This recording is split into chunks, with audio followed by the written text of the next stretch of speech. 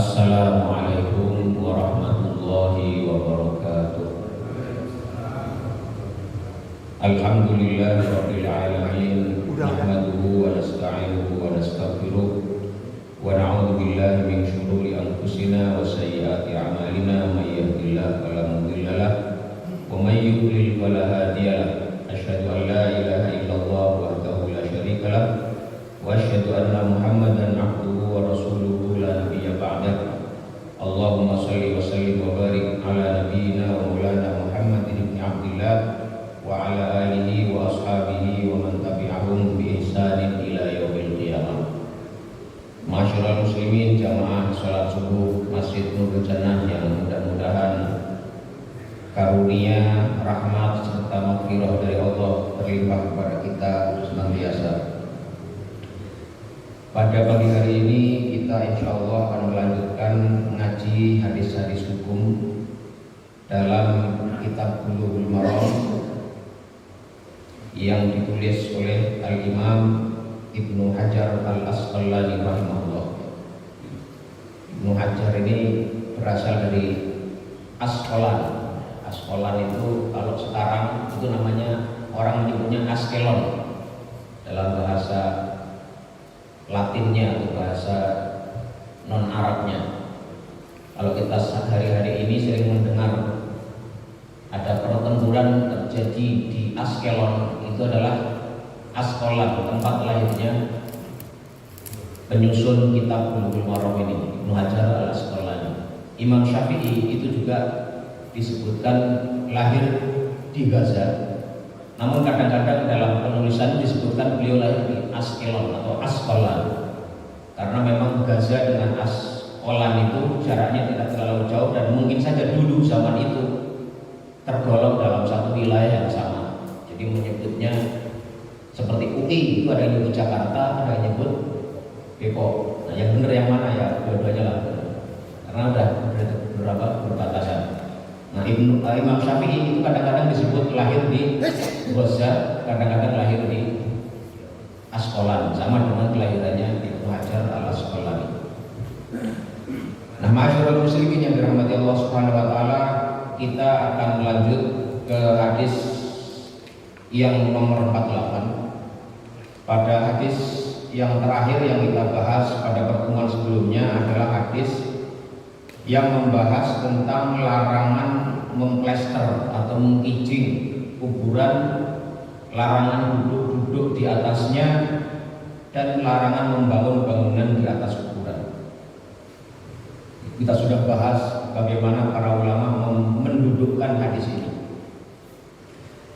Nah, pada pagi hari ini kita akan lanjut ke hadis yang nomor 48 ya. An Amir bin Rabi'ah radhiyallahu anhu, dari sahabat Amir bin Rabi'ah radhiyallahu anhu, semoga Allah meridhai beliau. Anna Nabiyya sallallahu alaihi wasallam, bahwasanya Rasulullah sallallahu alaihi wasallam shalla ala Utsman bin Maz'un, beliau melakukan sholat jenazah terhadap jenazahnya Utsman bin Maz'un. Utsman bin Maz'un ini termasuk salah satu sahabat muhajirin yang awal-awal masuk Islam. Kalau kita baca manaqib atau riwayat hidup beliau itu disebutkan aslama ba'da 13 rajulan. Beliau masuk Islam setelah 13 orang. Jadi beliau adalah orang ke-14 yang masuk Islam. Wa syahida Badran, dan beliau adalah seorang sahabat yang juga ikut perang Badar. Wa kana qad harramal khamra fil jahiliyah. Beliau sebelum masuk Islam itu termasuk orang-orang yang secara naluriahnya itu tidak mau minum minuman keras, mengharamkan khamr di masa-masa jahiliyah. Itu artinya punya keistimewaan dalam jiwanya. Wa huwa awwalu man mata minal muhajirin fil Madinah, dan beliau adalah termasuk orang yang pertama meninggal dari kalangan kaum muhajirin di Madinah. Wa kana 'abidan mujtahidan, dan beliau adalah seorang sahabat yang abid, ahli ibadah, mujtahidan dan bersungguh-sungguh dalam ibadahnya. Ini. Nah, satu ketika Rasulullah Shallallahu Alaihi Wasallam menurut riwayat hadis ini itu menyolati jenazahnya sahabat Utsman bin Maz'un. Wa ata al-qabr, dan Rasulullah juga kemudian mengiringi jenazahnya sampai ke kuburannya. Wa ata al-qabr, mengiringi atau mendatangi proses pengkuburannya, pemakamannya. Fakasa alaihi salasa hasayatin, maka Rasulullah Shallallahu Alaihi Wasallam menaburkan tanah, kata hasa yahsu at-turaba air roma yarmi idza lahu biyadihi wa ba'dhum yaqul qabadahu biyadihi thumma ramahu. Jadi Rasulullah SAW qabada at-turaba biyadihi, jadi mengambil tanah dengan tangannya, kemudian menaburkannya ke pemakamannya atau ke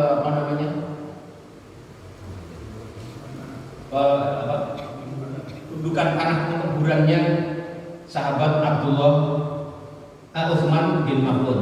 Wa huwa qaimun, dan Rasulullah melakukannya itu beliau dalam keadaan berdiri. Rawahu ad-Daraqutni, hadis ini diriwayatkan oleh Imam ad-Daraqutni. Nah, masyarakat muslimin yang dirahmati Allah Subhanahu wa taala, hadis ini menjadi dalil disyariatkannya seseorang itu melakukan apa seperti yang diriwayatkan dilakukan Rasulullah tadi, yaitu kalau kita menghadiri pengkuburan atau pemakaman seseorang, kita mengambil tanah dengan tangan kita, qabadha, at-turaba qabdatan, mengambil tanah kemudian menaburkannya ke pemakamannya jenazah yang dikuburkan itu sebanyak 3 kali. Ini ittiba'an bin Nabi sallallahu alaihi wasallam wa musyarakatan fi ajri dafnil mayyit. Tujuannya apa? Tujuannya adalah untuk mencontoh tindakan dan perilaku Rasulullah, sekaligus ikut serta dalam proses pemakaman, jadi berkontribusi dalam proses pemakamannya. Wa fi dzalika aqwa ibratan wa aqdama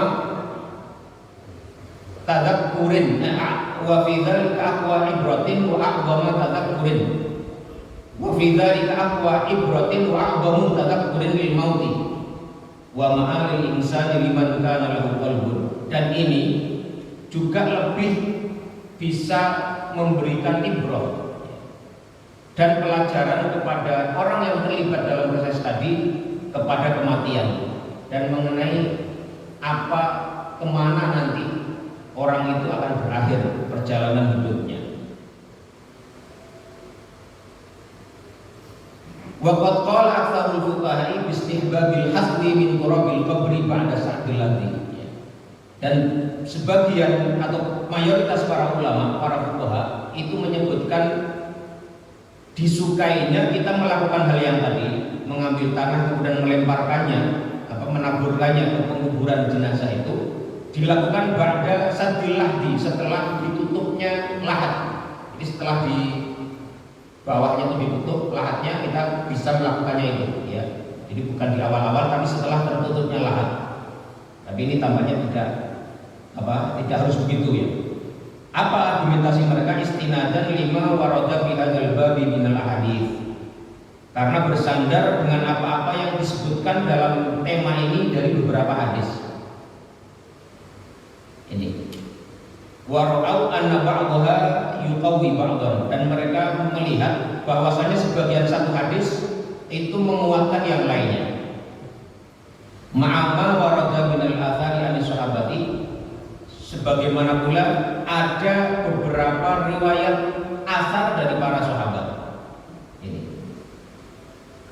Jadi sekali lagi hadis ini memiliki makna disyariatkannya kita melakukan tadi ya, mengambil tanah kemudian menaburkannya 3 kali. Ya, ambil, ditaburkan, ambil sebanyak 3 kali. Sebagaimana riwayat Rasulullah SAW dalam hadis ini. Hanya masalahnya hadis ini itu oleh para ulama diperdebatkan mengenai keabsahan atau tingkat kesahihannya. Banyak di antara para ahli hadis yang menyebutkan hadis ini hadis dhaif.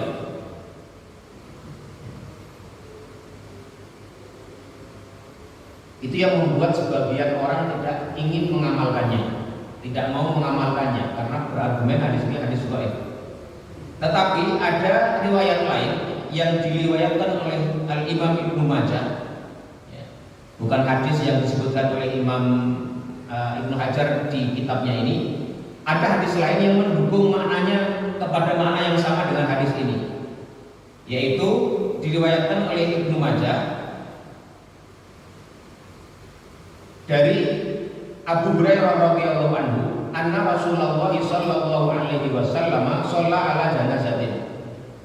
Bahwasanya Rasulullah sallallahu alaihi wasallam suatu ketika beliau menyolati jenazah.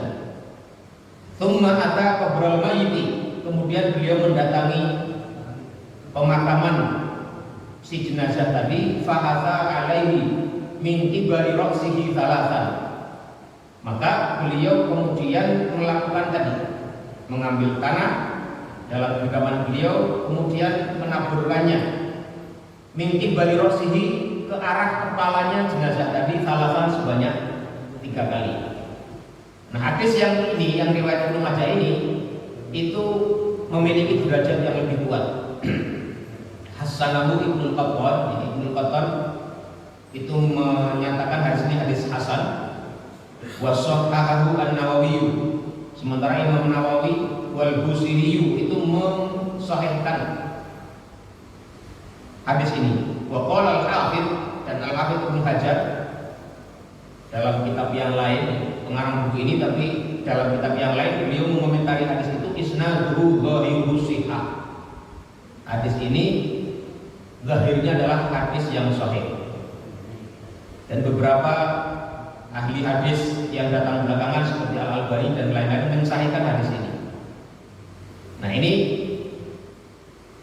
hadis ini bagi yang menganggap bisa dijadikan sebagai sumber hukum atau dalil, maka mereka mengatakan bahwasanya disyariatkannya atau disunahkannya kita melakukan hal yang tadi ya, seperti mencontoh Rasulullah SAW, yaitu mengambil tanah dengan tangan kita, menaburkannya ke pemakaman si jenazah yang dikuburkan di situ sebanyak 3 kali.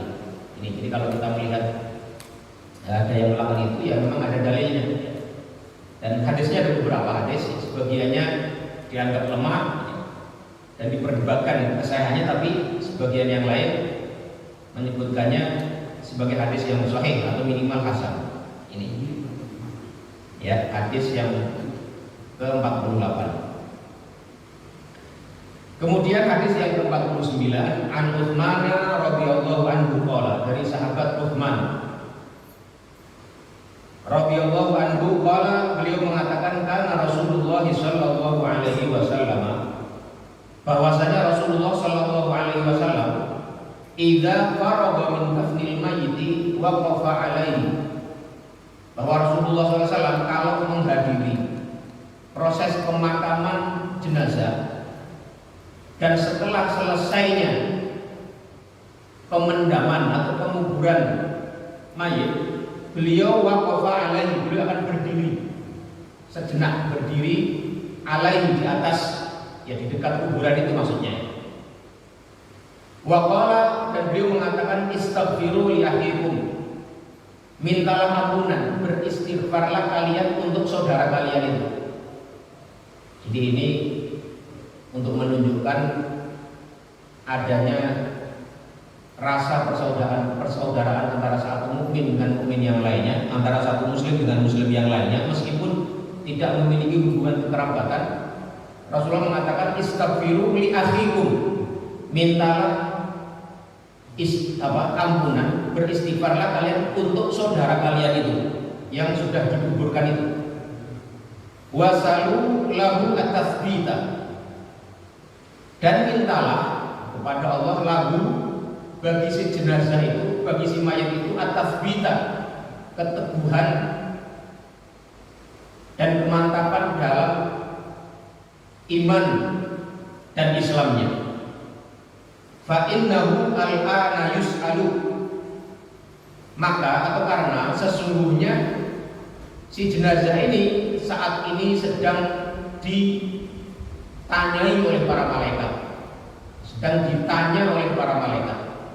Rawahu Abu Dawud, hadis ini diriwayatkan oleh Imam Abu Dawud, wa sahhahahu al-Hakim, dan disahihkan oleh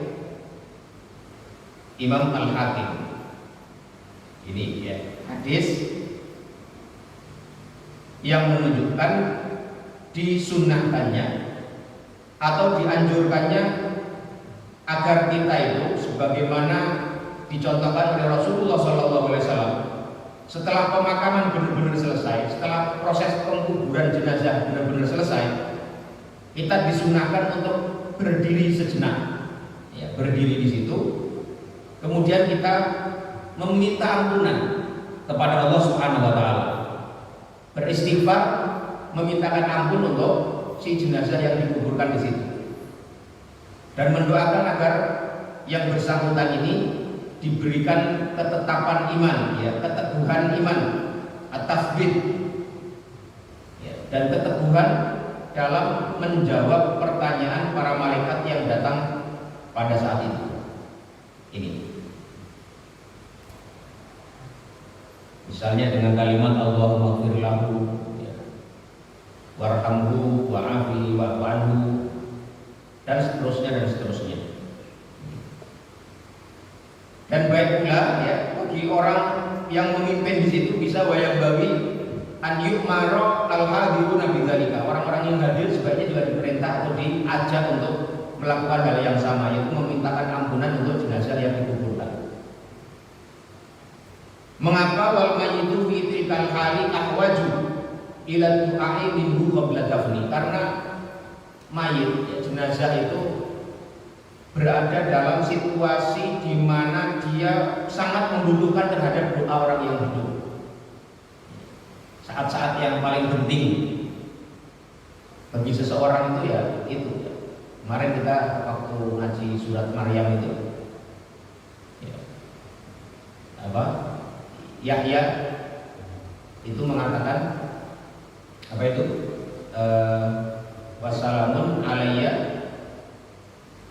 yauma ulitu wa yauma amutu wa yauma ub'atsu hayya. Semoga Allah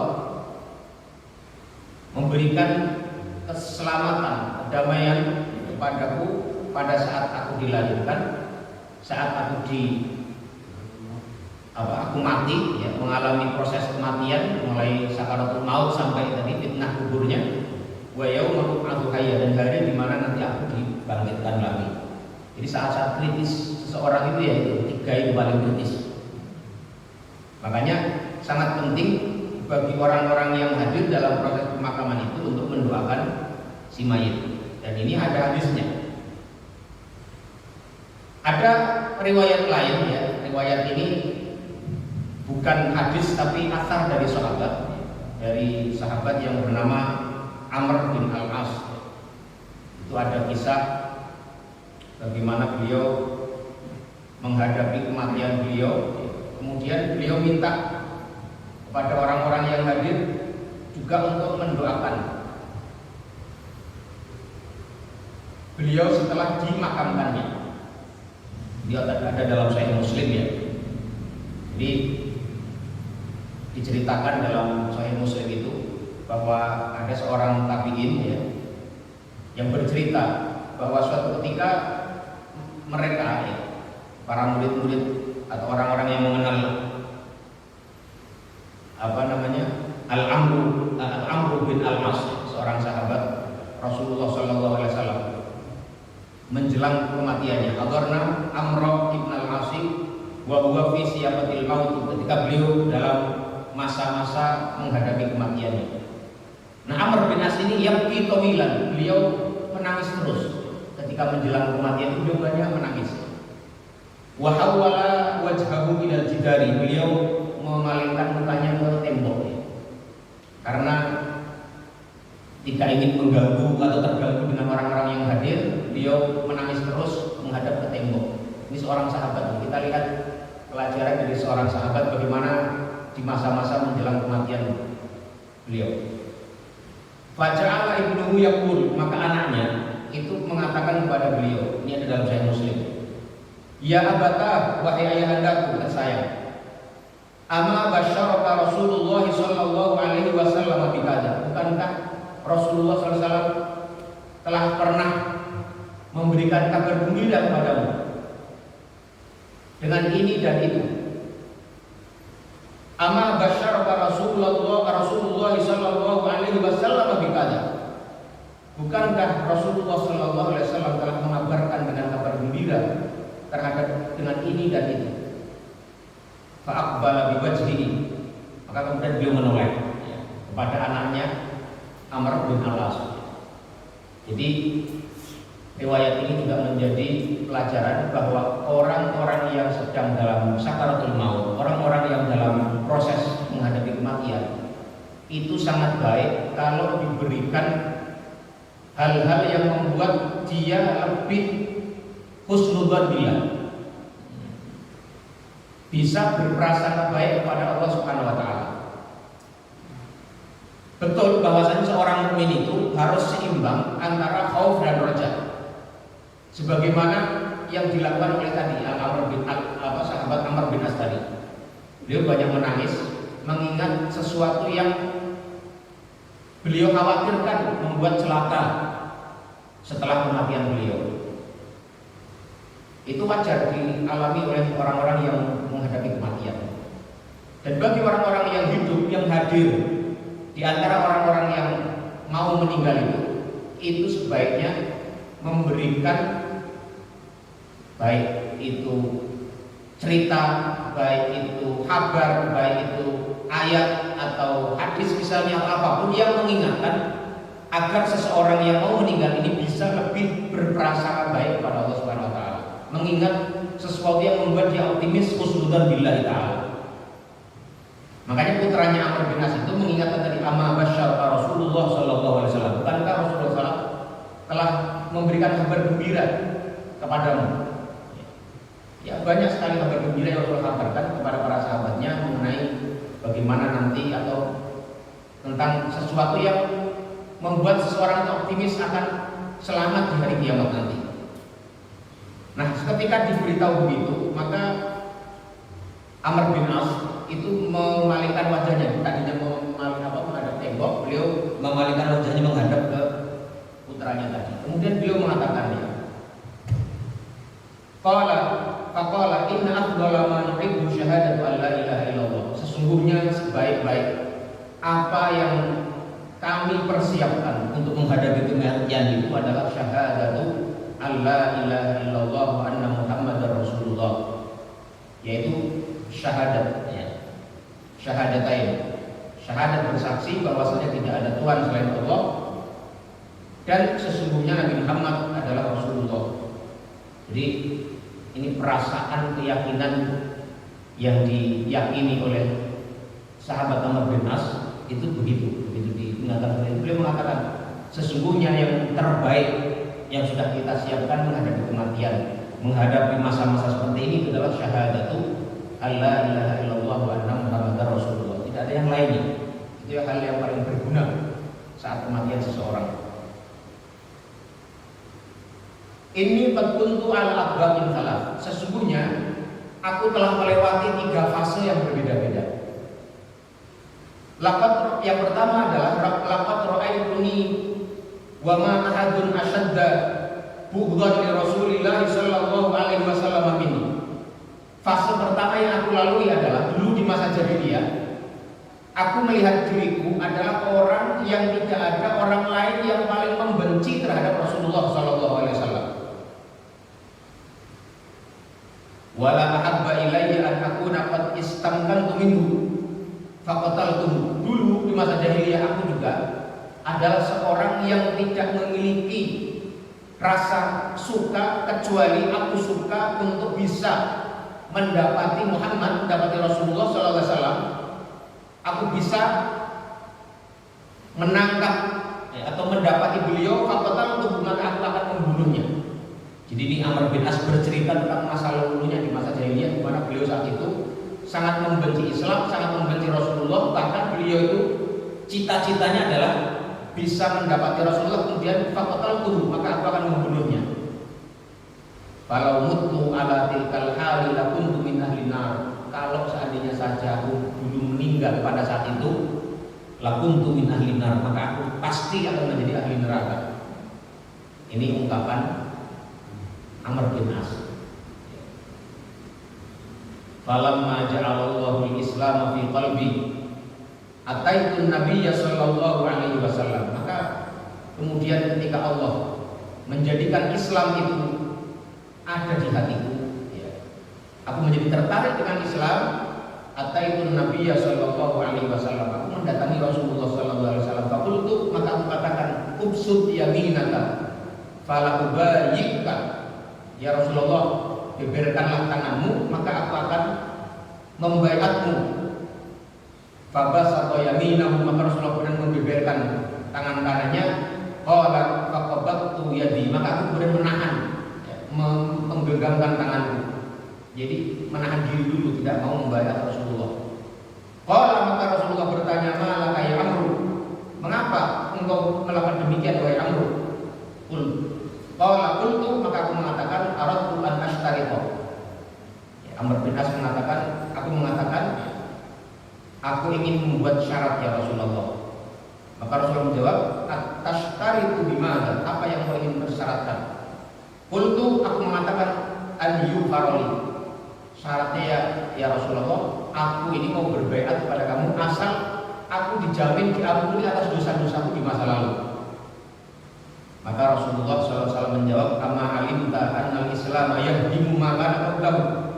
Tidakkah kamu tahu wahai Amr bin As, sesungguhnya Islam itu bisa menghapuskan, menghancurkan, menggugurkan semua dosa-dosa yang terjadi sebelumnya. Wa annal hajja yahdimu ma kana qablahu, dan sesungguhnya haji itu bisa menggugurkan, menghapuskan semua dosa-dosa yang datang sebelumnya. Jadi kedudukan haji itu hampir sama dengan Islamnya seseorang dari kekafirannya. Jadi kalau haji dilakukan sebaik-baiknya, sesempurna-sempurnanya, kemudian dapat haji mabrur, itu menggugurkan semua dosa yang sebelumnya. Wa ma kana ahadun ahabba ilayya min Rasulillah sallallahu alaihi wasallam wala ajalla fi aini minhu. Maka sejak saat itu kemudian Rasulullah SAW adalah menjadi orang yang paling aku cintai, kata Amr bin As.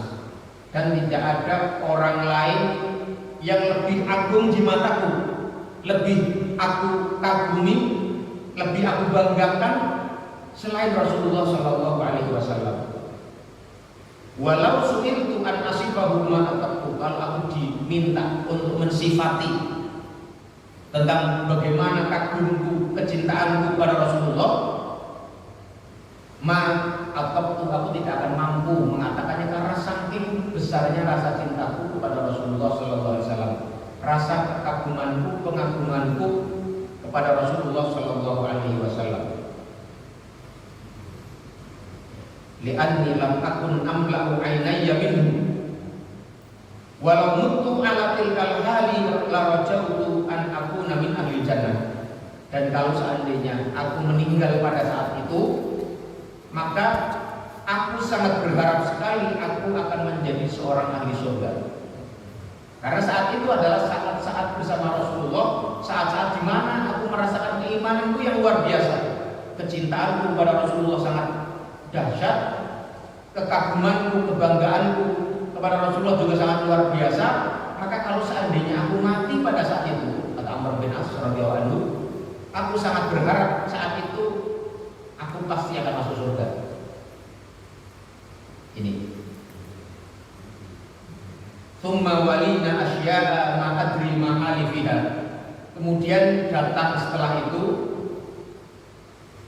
hal-hal yang lainnya yang aku tidak tahu bagaimana yang terjadi denganku pada saat itu. Ya, kita ketahui sahabat Amr bin As ini setelah meninggalnya Rasulullah SAW, kemudian beliau di zaman Umar, beliau dijadikan sebagai wali kota kalau istilah kita, atau gubernurnya Mesir. Amr bin As itu dulu menjadi pimpinan pasukan yang menaklukkan Mesir, kemudian beliau dijadikan sebagai gubernurnya Mesir. Jadi tadi ada 3 marhalah atau 3 fase yang dialami oleh Amr bin As. Yang pertama masa jahiliyah, beliau menangisi itu, mengatakan kalau seandainya aku mati pada saat itu pasti aku masuk neraka. Fase yang kedua adalah fase di mana beliau bersama Rasulullah SAW, di mana keimanan beliau, kecintaan beliau kepada Rasulullah, kekaguman beliau kepada Rasulullah sangat dahsyat sekali. Sampai-sampai beliau mengatakan kalau seandainya aku mati saat itu, aku sangat berharap sekali saat itu aku pasti masuk surga. Nah, yang ketiga ini adalah marhalah insyghali bi siyasatil hukum. Fase di mana beliau sibuk dengan urusan politik, yaitu beliau menjadi gubernur Mesir di zamannya Umar bin Khattab. Kemudian beliau berlanjut sampai masa setelahnya. Jadi beliau itu faqad kana waliyan ala Misra hina ftataha fi khilafati Umar radhiyallahu anhu wa waliya imrataha asyra sinin. Jadi beliau dulu adalah orang yang menaklukkan Mesir di zaman Umar, kemudian ditunjuk oleh Umar sebagai gubernur atau kepala daerah Mesir. Wa waliya imrataha asyra sinin, dan beliau menjadi amir ya, atau menjadi memegang kekuasaan di Mesir itu sebanyak 10 tahun. Wasalah 4 asyurin dan 3 bulan, 10 tahun 3 bulan. Arba'an min qibali Umar, 4 tahun pada masanya Umar, wa arba'an min qibali Utsman, dan 4 tahun berikutnya adalah di masa era kepemimpinan Utsman. Wasanataini wasalah 4 asyurin, dan 2 tahun 3 bulan pada masa pemerintahan Muawiyah bin Abi Sufyan radhiyallahu anhu ajma'in. Washtaraka ma'a Muawiyah fi harbi Ali radhiyallahu anhu, dan beliau ikut bersama Muawiyah ketika terjadi peperangan antara Muawiyah dengan Ali. Dan ini mungkin yang banyak ditangisi oleh Amr bin As. Jadi beliau di masa-masa akhir itu banyak menangis ya, seperti tadi. Dia mengingat masa lalu jahiliyahnya, mengingat masa-masa bersama Rasulullah, dan beliau mengingat masa-masa di mana beliau bergelut dengan dunia politik ya, sebagai gubernur, dan kemudian juga masa-masa di mana beliau juga ikut bersama Muawiyah berperang melawan Ali radhiyallahu anhu ajma'in. Semoga Allah memberikan keridhaan kepada semua, kepada Muawiyah, kepada Amr bin As, dan juga kepada Ali radhiyallahu anhu ajma'in. Karena mereka semuanya para sahabat yang kalau dalam keyakinan Ahlu Sunnah mereka semuanya adalah udul. Mereka adalah orang-orang yang berintegritas, orang-orang yang memiliki kualitas keimanan yang luar biasa. Tidak boleh bagi kita mencela salah satu di antaranya. Jangan sampai kita ya, terprovokasi oleh orang-orang yang kemudian bercerita tentang bagaimana para sahabat berperang satu dengan yang lainnya, kemudian mencela satu dari yang lainnya. Tidak boleh ya. Para ulama Ahlu Sunnah itu memberikan batasan bahwa itu semua adalah bagian dari ijtihad mereka. Ya, kalau orang itu menjadi mujtahid, seorang itu beristihad, fa'in asoba, kalau dia benar, falahu ajrani, maka dia dapat 2 pahala. Fa'in akhta'a, kalau dia bersalah, falahu ajrun wahid, maka dia akan dapat 1 pahala. Jadi para sahabat yang berselisih itu, baik ketika Muawiyah berselisih dengan Ali berperang dengan Aisyah dalam perang Jamal, kemudian Zubair bin Awam juga melawan Ali, itu semua adalah mimba ijtihadat sahabat, ijtihadnya para sahabat di situasi yang sulit sekali, di situasi yang sangat kisruh sekali saat itu. Akhirnya terjadi pertempuran para sahabat satu dengan yang lainnya. Maka ada satu kisah, kitab khusus dikarang oleh kitabnya namanya Al-Qawasim min Al-Awasim. Itu untuk menunjukkan bagaimana para sahabat berselisih, tapi kewajiban kita sebagai umat Nabi Muhammad SAW yang berpegang teguh dengan akidah Ahlussunnah itu tidak boleh mencela para sahabat. Mereka semuanya beristihad dengan istihadnya masing-masing. Itu. Nah, ini kembali kepada kisahnya Amr bin As. Beliau mengingat 3 fase kehidupan beliau tadi ya. Maka setelah itu ya, beliau berpesan. Ini yang ada kaitannya dengan hadis yang sedang kita baca ini. Tadi beliau mengatakan tadi setelah menceritakan keadaan beliau yang 3 fase itu, maka kemudian beliau mengatakan bahwa fa'idha ana mutu, maka kalau nanti aku meninggal, aku mati, fala tashabni naihatun, maka janganlah seseorang pun di antara kalian melakukan niyah meratapi kematianku. Wala narun, dan janganlah nyalakan api. Di jangan nyalakan api itu para ahli hadis memberikan penjelasan yang berbeda-beda. Ada sebagian mengatakan maksudnya adalah wala narun wala tashabni naihatun wala narun maksudnya jangan dinyalakan api itu karena api itu kan sesuatu yang menjadi simbol api neraka, maka tidak ingin adanya tasyahud, adanya rasa yang membuat itu seakan-akan ada suasana yang berbeda dengan adanya api itu. Allah alam, ini para ulama berbeda pendapat mengenai maksud daripada wala tashab minarun ini. Ya, ada yang mengatakan di sini disebutkan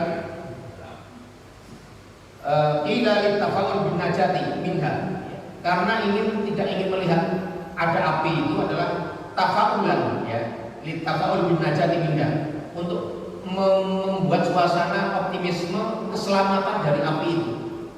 Wa karahatan li subbati lil mayyit, dan ketidaksukaannya atau tidak disukainya adanya api yang dinyalakan pada saat adanya seseorang yang sedang dalam kematian. Wa qila li anna hadza kana min fi'il jahiliyah. Namun ada juga sebagian ulama yang menyebutkan bahwasanya hal ini beliau berpesan agar tidak dilakukan itu karena menyalakan api saat kematian seorang itu adalah termasuk perbuatannya orang-orang jahiliyah. Atau ada yang menafsirkan yang lain lagi, au fu'ila ala wajhil buhuri wa ta'ali famuni adzalika, atau ada yang mengatakan juga menyalakan api saat kematian itu seakan-akan menunjukkan satu sikap kesombongan ya, rasa at-ta'ali, maka itu menjadi satu hal yang dilarang dan tidak diinginkan oleh oleh sahabat Amr bin Al-As ini.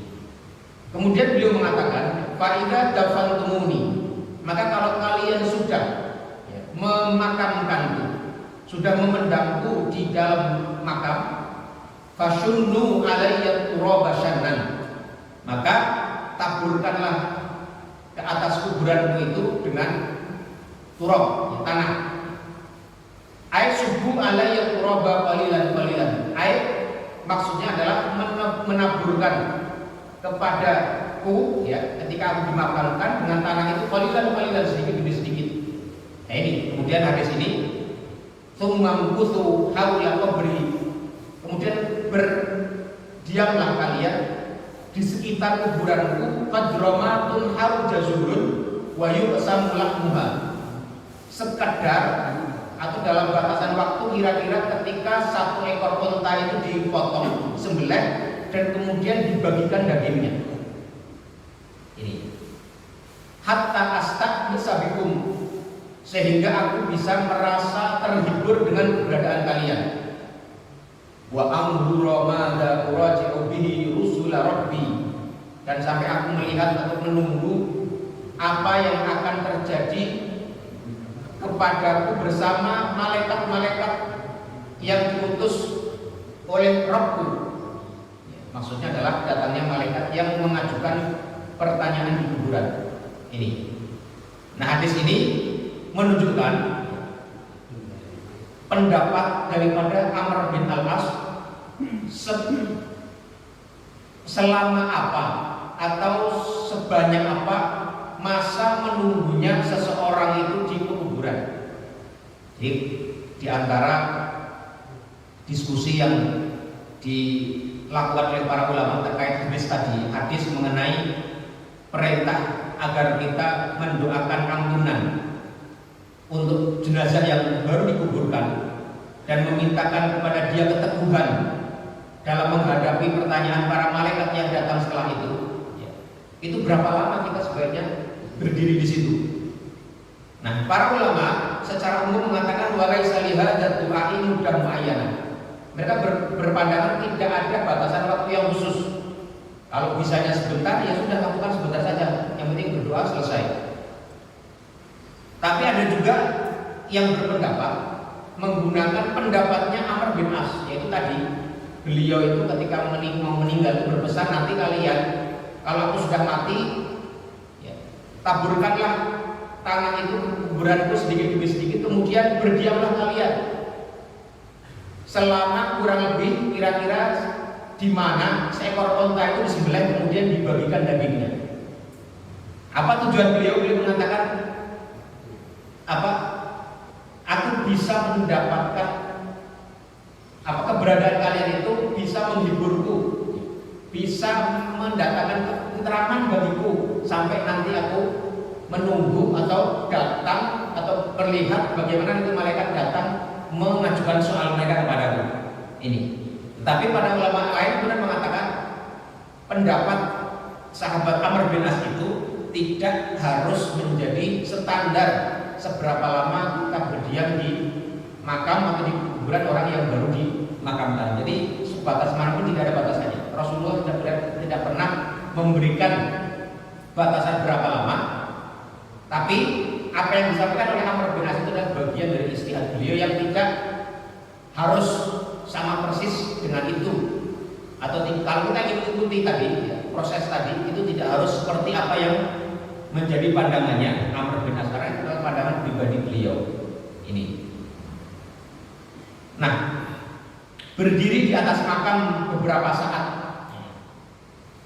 setelah dimakamkannya seseorang itu juga diisyaratkan oleh ayat yang ada surat At-Taubah ayat 84, di mana ketika Rasulullah SAW itu dilarang untuk berdoa kepada orang-orang munafik yang munafiknya nifaknya tikot, yang hatinya aslinya kufur.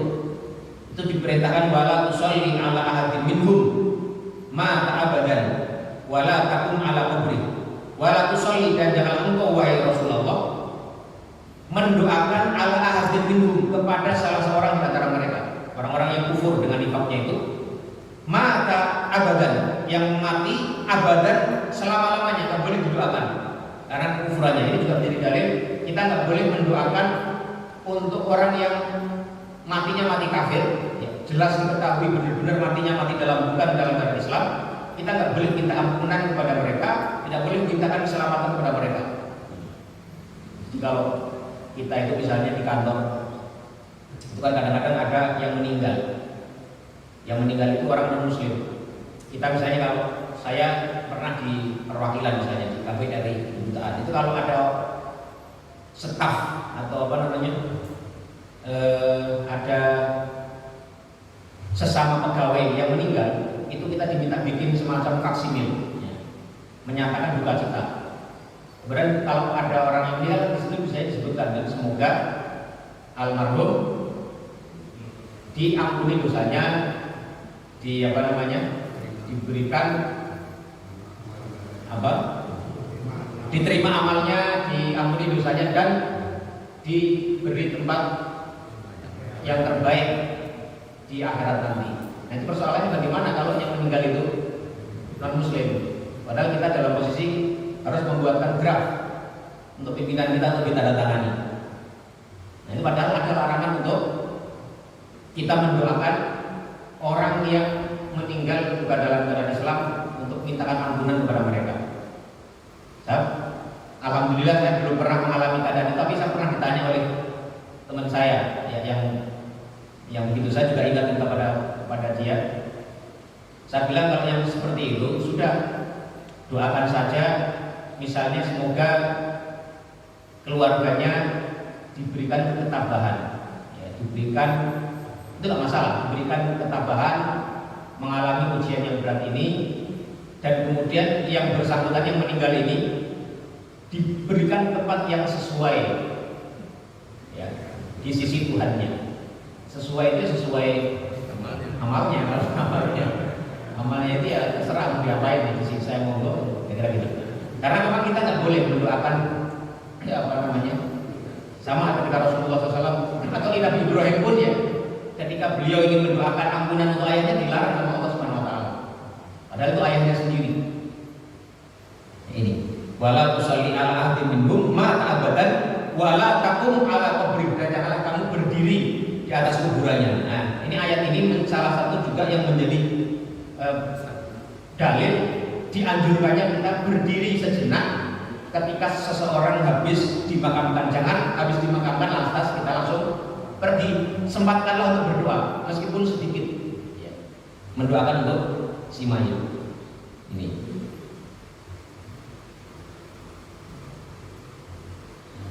Nah, hadis ini juga menjadi dalil, ya, ala itsbati su'alil mayyiti fi qabrihi an rabbihi wa dinihi wa nabiyhi. Hadis ini juga menjadi dalil adanya pertanyaan di kuburan, ya. Setelah seorang dikuburkan, itu pasti akan datang malaikat yang kemudian akan menanyakan tentang siapa Tuhannya, apa agamanya, dan siapa nabinya.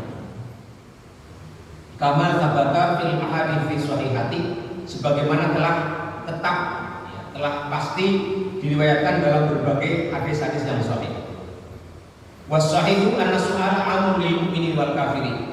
Pendapat yang sahih bahwasanya pertanyaan di kuburan itu, pertanyaan di alam kubur itu adalah umum sifatnya, baik terhadap seorang mukmin maupun seorang yang kafir.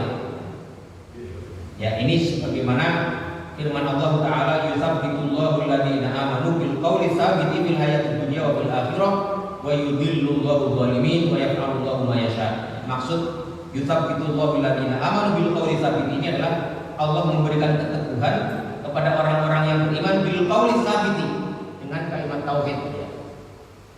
Maksudnya fil hayatid dunya wa fil akhirah, di kehidupan dunia dan akhirat. Ini termasuk diantaranya adalah ketika seseorang itu mengalami pertanyaan di alam kubur. Ini juga diriwayatkan oleh Al-Barra bin Azib radhiyallahu anhu bahwasanya Rasulullah SAW bersabda, al-muslimu idza su'ila fil qabri. Ya, jadi seorang mukmin, seorang muslim ketika ditanyakan di kuburnya, itu yashhadu an la ilaha illallah wa anna muhammadar rasulullah. Dia akan bersaksi bahwasanya tidak ada Tuhan selain Allah dan sesungguhnya Muhammad Rasulullah. Fadzalika qauluhu yutsabbitullahu alladziina amanu bil qawli tsabiti fil hayatid dunya wa fil akhirah. Itulah salah satu tafsir, ya, yang menjelaskan ayat tadi. Allah meneguhkan orang-orang yang beriman itu dengan perkataan yang teguh, yaitu syahadatu alla ilaha illallah wa anna muhammadan rasulullah. Kemudian ada riwayat lain juga yang menegaskan adanya pertanyaan di alam kubur. An Anas radhiyallahu anhu, dari sahabat Anas radhiyallahu anhu, beliau mengatakan, qala Nabi sallallahu alaihi wasallam, innal abda idza wudi'a fi qabrihi, seorang hamba itu sesungguhnya ketika diletakkan di kuburnya, sudah dimakamkan, wa tawalla anhu ashabu, orang-orang yang mengiringinya sudah kembali pulang, innahu la yasma'u qur'ani alihim, sesungguhnya dia mendengar detakan langkah kaki, ya, sandal-sandal orang yang mengingkarinya. Qala ya'tihi malakani wa yaqudani, dan seterusnya. Setelah itu datanglah dua malaikat yang akan datang ke tempat dia itu, kemudian mempertanyakan dengan pertanyaan-pertanyaan yang tadi. Ini. Kemudian hadis ini juga menjadi dalil, ya, ala annal mayyita yantafi'u bid-du'a wal istighfari. Hadis ini menjadi dalil bahwasanya mayit itu mengambil faedah, mengambil manfaat dengan doa dan istighfarnya orang yang hidup untuknya. Ini. Walau kana la yantafi'u bidzalika, kalau seandainya ada pandangan yang mengatakan bahwasanya si mayit ini tidak mengambil manfaat dengan doa atau istighfarnya orang yang meninggal tadi, lama kana fil amri bidu'a wal istighfar lahu ma'na, maka tidak ada artinya perintah Rasulullah SAW untuk kita berdoa memintakan istighfar kepada orang-orang yang sudah meninggal. Waqad naqala an-Nawawi ijma'a ahli ilmi ala anna du'a lil amwat yanfa'uhum wa yasiluhum thawabuhu. Imam Nawawi itu menukil bahwasanya telah ijma' para ulama bahwasanya doa kepada orang-orang yang meninggal itu yanfa'uhum, bermanfaat bagi mereka, wa yasiluhum thawabuhu, dan sampai pahalanya kepada mereka. Wa qad naqala al-ijma'u Syekhul Islam Ibnu Taimiyah. Ibnu Taimiyah juga berpendapat yang sama, bahwa ada ijma' di antara para ulama mengenai manfaat yang bisa didapatkan oleh orang yang meninggal dari istighfarnya orang-orang yang masih hidup. Para ulama juga berdalil dengan ayat di surat Al-Hasyr ayat 10, walladzina ja'u min ba'dihim yaquluna rabbana ighfir lana wa li ikhwanina alladzina sabaquna bil iman. Dan orang-orang yang datang setelah mereka mengatakan rabbana ighfir lana, rabbana wa ya rabb kami, ighfir lana, ampunilah buat kami, wa li ikhwanina alladzina sabaquna bil iman, dan kepada saudara-saudara kami yang telah mendahului kami dengan keimanan mereka. Dan juga ayat perintah wastaghfir lidzambika walil mu'minina wal mu'minat, dan beristighfarlah kamu lidzambika, ya, untuk ampunan atas dosa-dosa kamu, walil mu'minina wal mu'minati, dan untuk orang-orang mukmin dan orang-orang mukminat yang lainnya. Ini. Jadi mendoakan mayit, beristighfar untuk mayit itu bermanfaat untuk si mayit dan bermanfaat untuk yang mendoakan. Dan juga ada hadis lain itu kan. Jadi kita itu salah satu cara kita untuk mudah mendapatkan ampunan Allah Subhanahu wa taala itu adalah dengan memintakan ampun selain untuk diri kita sendiri untuk orang-orang yang lain, baik yang masih hidup maupun yang sudah mati. Mengapa? Karena ada satu hadis, kalau seseorang itu berdoa untuk saudaranya yang muslim yang lain, an-dhahri ghaibin, dengan kondisi an-dhahril ghaib, maksudnya ghaib itu adalah seseorang melakukan itu tidak diketahui orang yang dia doakan itu. Saya mendoakan Pak Ansori misalnya, dengan tanpa beliau tahu saya mendoakan beliau, itu maka akan datang malaikat yang mengatakan amin walaka mithluhu, semoga Allah mengijabahi, Allah mengabulkan, dan bagimu apa yang kamu mintakan untuk orang lain itu. Jadi kalau kita mendoakan lil mu'minina wal mu'minat, orang-orang yang mukmin dan mukminat dapat ampunan, maka sebanyak itu pula doa yang akan kembali ke kita.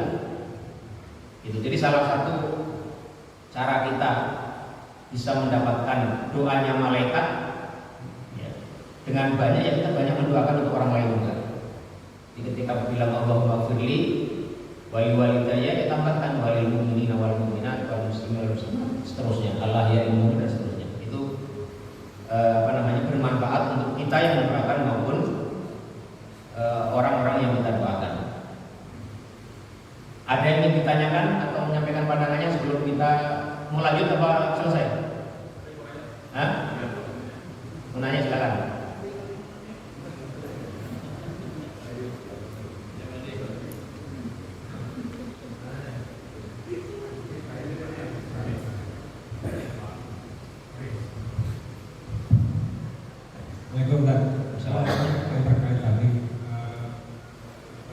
Hadis tentang menaburkan tanah sebanyak 3 kali di atas kuburan. Kalau di statusnya tadi kan ada yang menghukumkan itu doib status hadisnya. Dan tadi mau nanya bagaimana tentang tadi tentang menaburkan tanah, bagaimana tentang yang menaburkan bunga, itu apakah ada tuntunannya juga?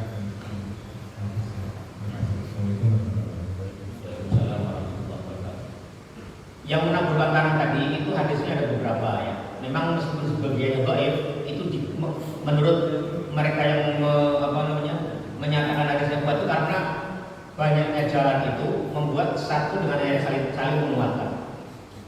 Ditambahkan lagi dengan pendapatnya Amr bin As tadi.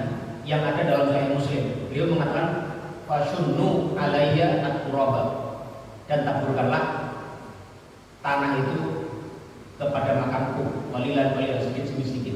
Itu memperkuat hadis yang tadi. Jadi kalau boleh kita simpulkan, menaburkan tanah di kuburan itu pendapatnya lebih kuat insya Allah adalah pendapat yang membolehkan, yaitu menganjurkannya. Meskipun sebagian hadisnya adalah lemah, tapi ada juga hadis-hadis lain yang memperkuat hadis tadi. Mengenai menabur bunga, bahwa alam saya belum pernah tahu ada dalil yang menganjurkannya. Tapi itu juga tidak dilarang, karena memang itu bab bukan bagian dari syariat yang harus kita yakini bahwa itu adalah bagian dari syariat. Jadi kalau kita melakukan sesuatu yang tidak ada hukumnya tapi tidak menjadi bagian dari proses ibadah, itu ya tidak apa-apa. Menaburkannya boleh. Saya belum tahu ya, saya tidak tahu ada dalil yang mendukung ataupun yang melarang.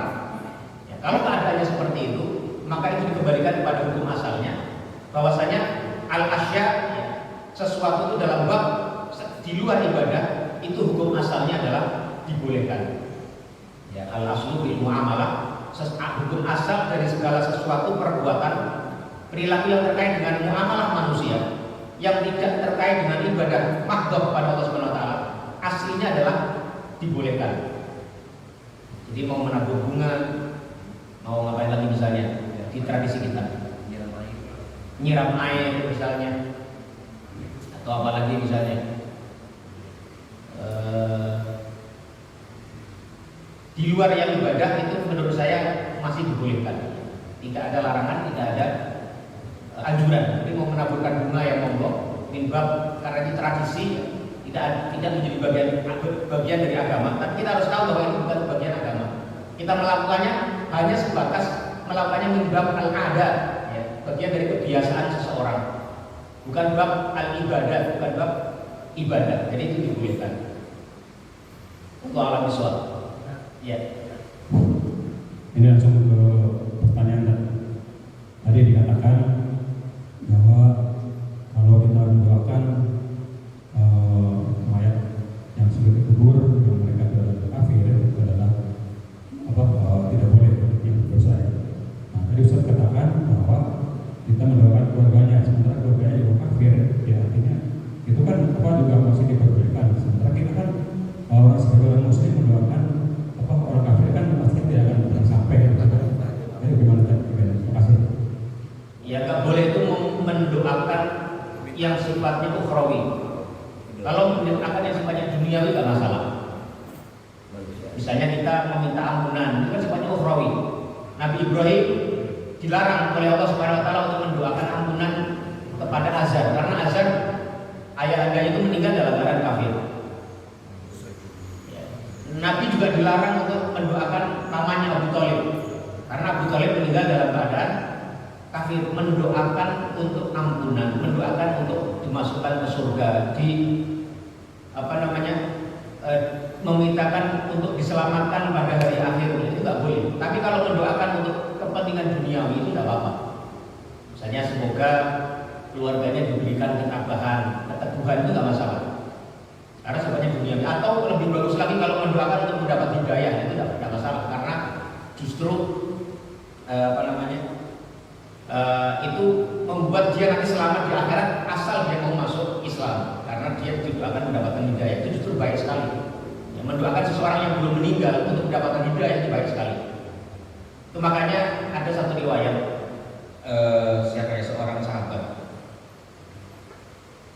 seorang sahabat itu difitnah dengan fitnah yang luar biasa. Beliau kemudian berdoa dengan doa yang sangat luar biasa. Sa'ad bin Abi Waqqas kalau nggak salah. Beliau itu difitnah, kemudian beliau mendoakan dengan doa yang luar biasa sekali. Beliau doanya itu begini: semoga Allah memanjangkan umurnya dalam keadaan kefakiran dan kesulitan hidup. Jadi saking saking fitnahnya, saking tuduhannya yang sangat luar biasa, itu doanya beliau mendoakan.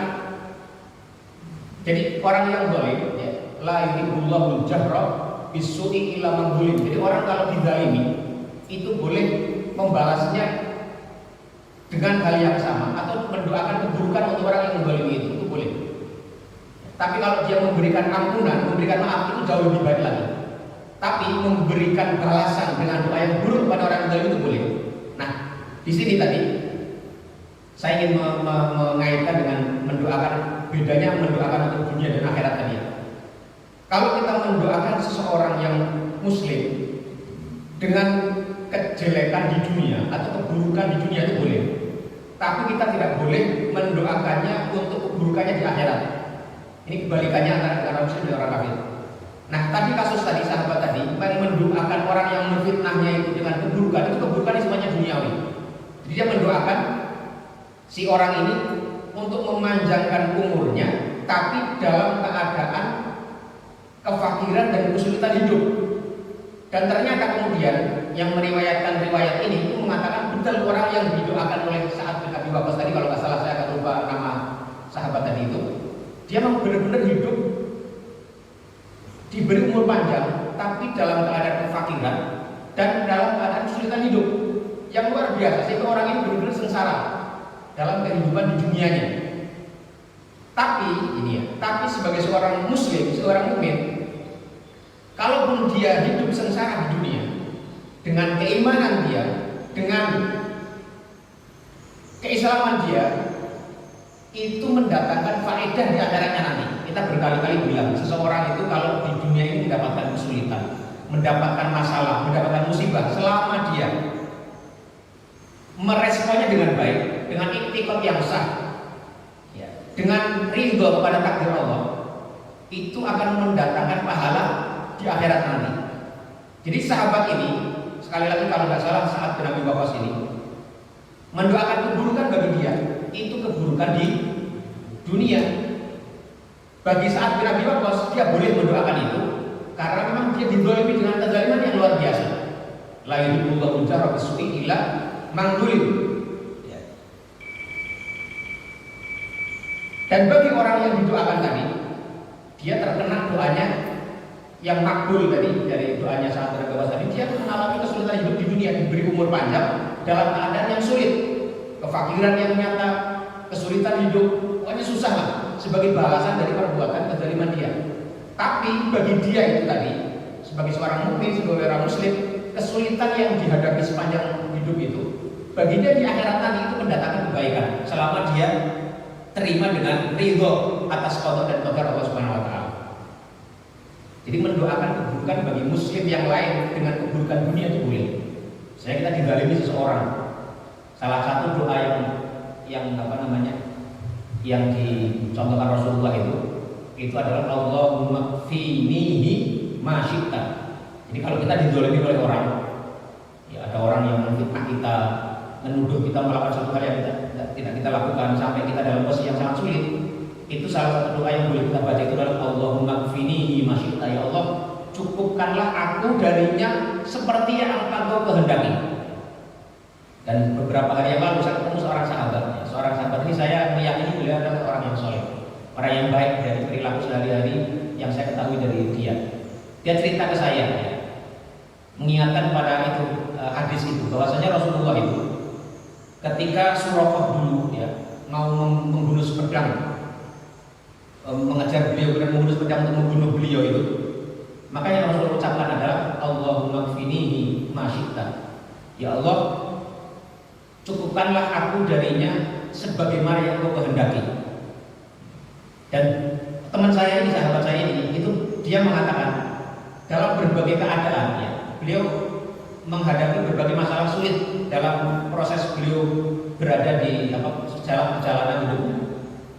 Ketika bekerja di satu tempat, dia bertemu dengan orang-orang yang tadi suka membuat fitnah, suka membuat tuduhan, itu doa beliau ini Allahumma kfinihi ma syi'ta, sambil mengingat keburukan orang ini. Itu ternyata manjur sekali. Gak berapa lama orang ini kemudian dibalas oleh Allah dengan keburukan yang luar biasa. Misalnya kejadian ini satu tempat ya, orang ini bertugas di satu perwakilan di luar negeri.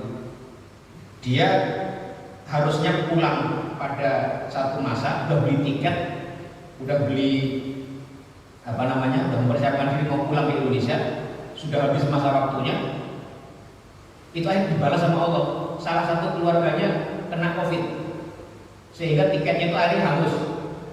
Dia sudah harus pulang, masa tugas sudah selesai, akhirnya dia harus sewa hotel juga untuk menyambung masa hidup dia di situ, karena masa tugasnya sudah tidak lagi biaya negara.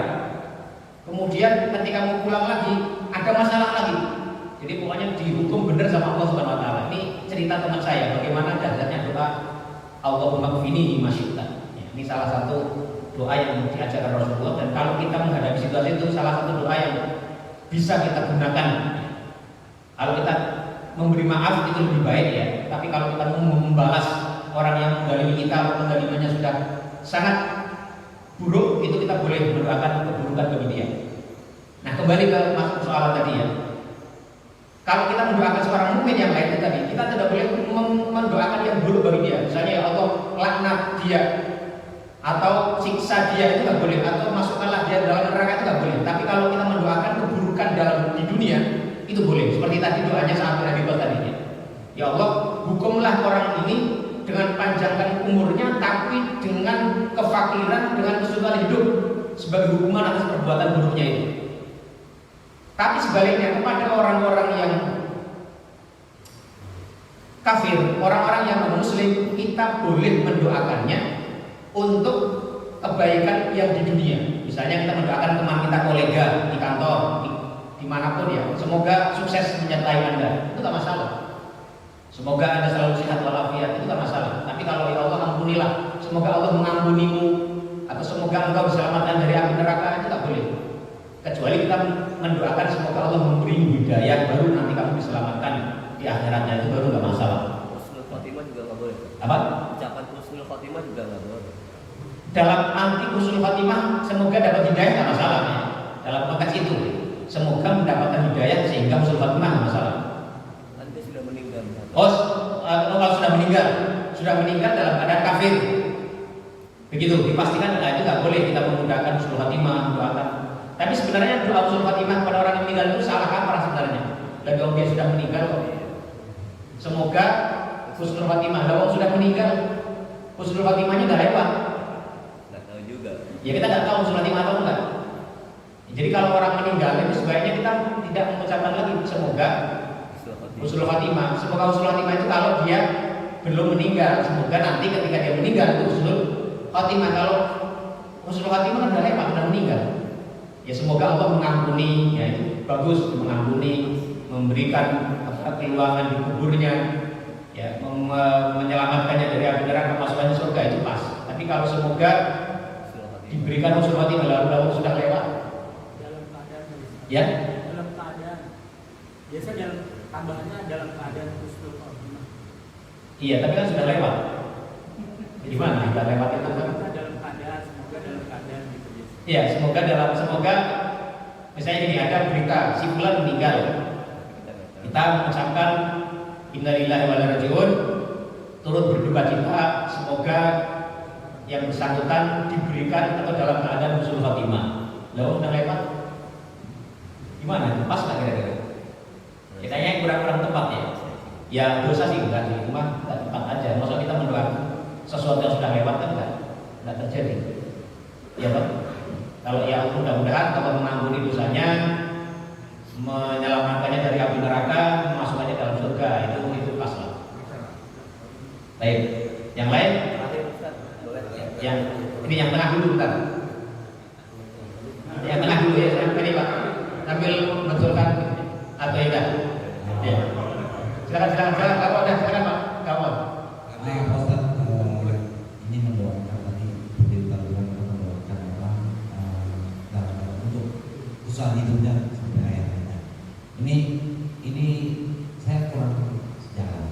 Nah, kalau kita mempunyai niat kebencian sama seorang, kita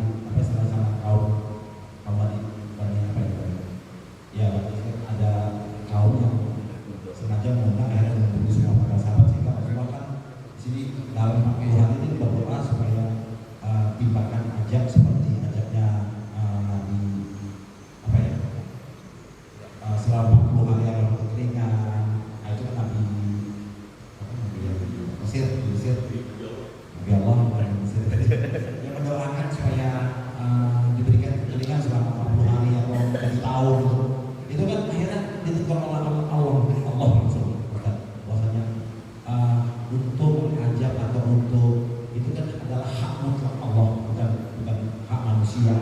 Makanya doa kunut itu diijabah langsung oleh Allah bahwasanya untuk sebenarnya tadi ya Pak. Ini bukan Jadi pertanyaan, hak Allah untuk mengajar atau sebagainya, bukan hak manusia atau bukan hak kita untuk meminta. Itu makanya sebab awal turunnya doa kunut tadi Ustaz. Itu aja saya kira Ustaz. Waalaikumsalam. Iya, iya Pak. Itu kalau yang pertama mengenai bolehnya seseorang membalas keburukan orang lain. Jadi sekali lagi itu ayatnya juga jelas, la yuhibbullahu al-jahra bisu'i minal qawli illa man zulim itu. Itu salah satu dalil yang kuat sekali yang membolehkan seorang itu membalas keburukan orang yang berbuat aniaya atau kezaliman kepada kita. Itu para ulama setahu saya tidak ada perbedaan di situ. Ya, boleh kita membalas dengan keburukan dan boleh juga kita membalasnya dengan doa tadi. Dengan doa keburukan kepada orang yang berbuat zalim kepada kita. Tetapi wa in ta'fu wa tasfahu, ya, kalau kita memberikan maaf itu lebih baik lagi. Setahu saya yang saya pelajari dan yakin betul bahwasanya demikian, tidak ada larangan, tidak ada para ulama sepakat bolehnya kita membalas keburukan orang yang berbuat aniaya. Termasuk salah satunya tadi dengan banyak asar sahabat, ya, kemudian para tabi'in yang memang begitu melakukannya, termasuk sahabat Nabi Muhammad tadi. Tapi itu tadi, kalau yang memusuhi kita, mendzalimi kita adalah seorang mukmin, seorang muslim, tidak boleh kita kalau mendoakan keburukan dengan keburukan yang sifatnya ukhrawi, itu nggak boleh. Semoga Allah melaknatmu misalnya, itu nggak boleh. Kepada seorang mukmin nggak boleh. Tapi kalau semoga Allah menimpakan kesusahan kepadamu di dunia ini, boleh.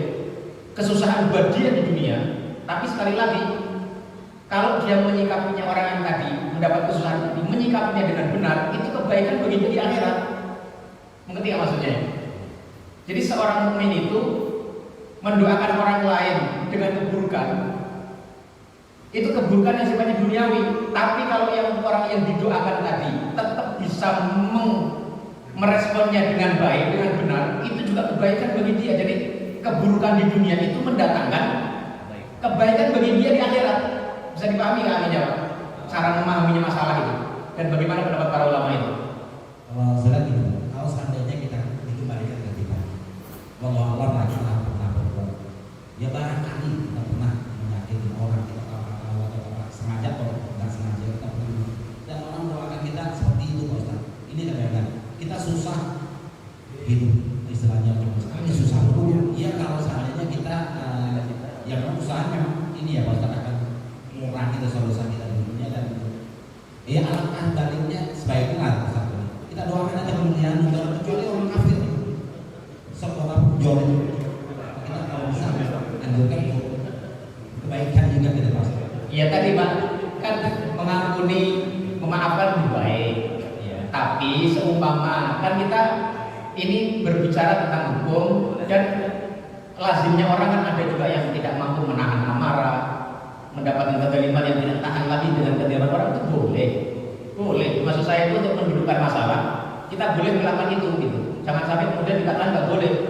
Yang boleh, dan itu Allah membolehkannya, Rasul membolehkannya, ya kita katakan boleh. Tapi kalau kita mau berjiwa besar, mengampuninya, memohonkan hidayah untuknya, itu lebih baik. Itu loh Pak maksudnya ya Pak ya.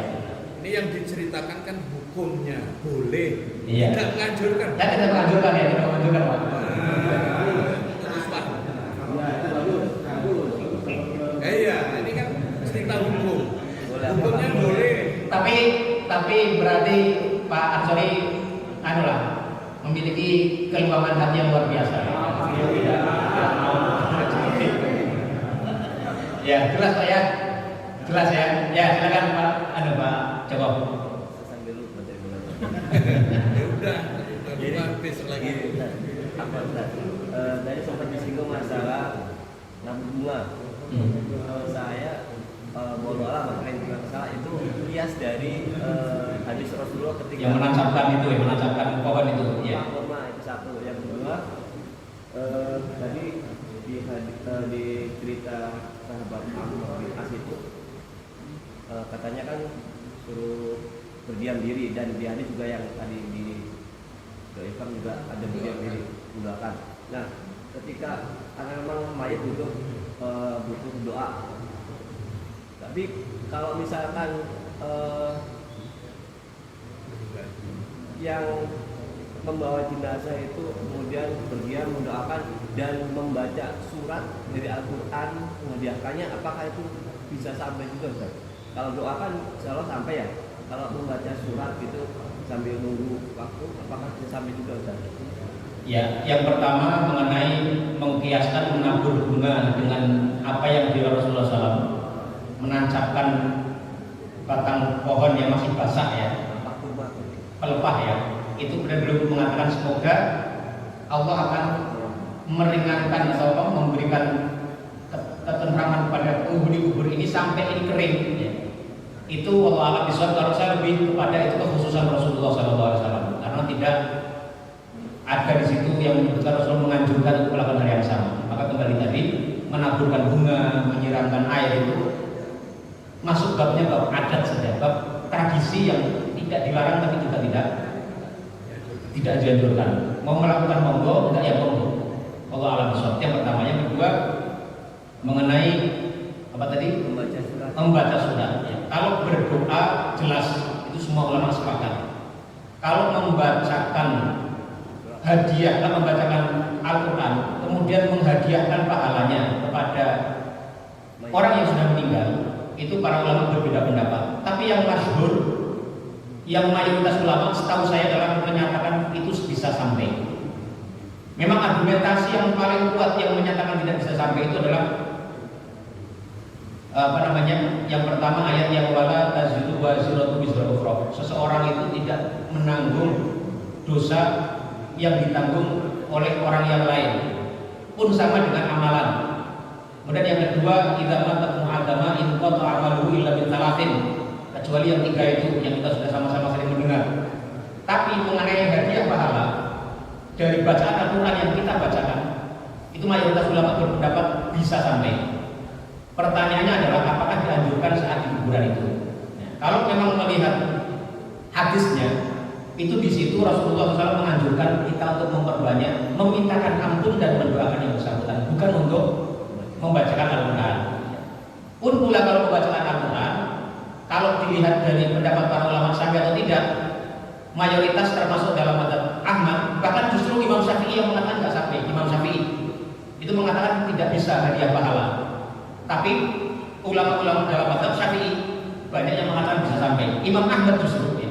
Imam Ahmad itu imamnya mazhab yang banyak dianut di Saudi, itu justru mengatakan hadiah pahala bisa sampai.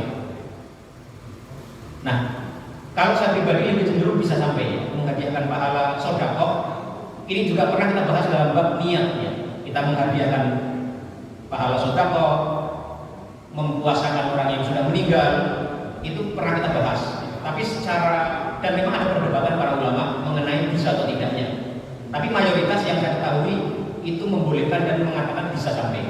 Hanya saja pertanyaannya kalau saat di prosesi pemakaman tadi, itu kalau kita mengacu pada riwayatnya, anjurannya adalah kita memperbanyak doa kepada yang dimakamkan, memintakan ampunan, mendoakan agar dia punya sabar, keteguhan dalam menghadapi para malaikat nanti. Nanti akan ada juga pembahasan mengenai mentalkin dalam hadis berikutnya, mentalkin jenazah yang sudah dimakamkan itu bagaimana?